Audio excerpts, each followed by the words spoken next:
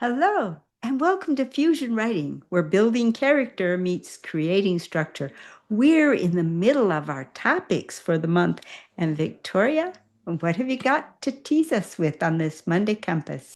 This compass is going to be short and sweet because we're essentially going to continue our journey from last week. You may recall that we talked about theme, overarching principles in a story, and some of those devices that contribute to it, like symbols and motifs. So for this week, when we get back to it, we're going to go a little further down that road and look at some ways of using those things together that just might help you get some words on the page. So that's what we're doing. Kathleen, how about you?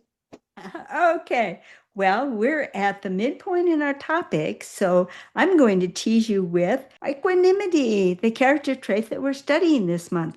All of a sudden, we have a balance trait in the middle of all of the empathy traits that we've been working on for a year. Can you believe it? A year. There's 13 empathy traits, and we've been a whole year at them. And now we have this balance trait in the middle. How did that happen? Well, it's because when I was doing my research, I discovered I was missing a balance trait. And when the more I looked into it, the more I realized I really was missing one. And so that's what we're hitting this month. And because it's the midpoint, that means we're going to be talking about the character profile diagram. We'll be talking about it. Where is it in the level of awareness of your character? So come on back tomorrow when we dive into it in greater detail. See you then. Bye-bye.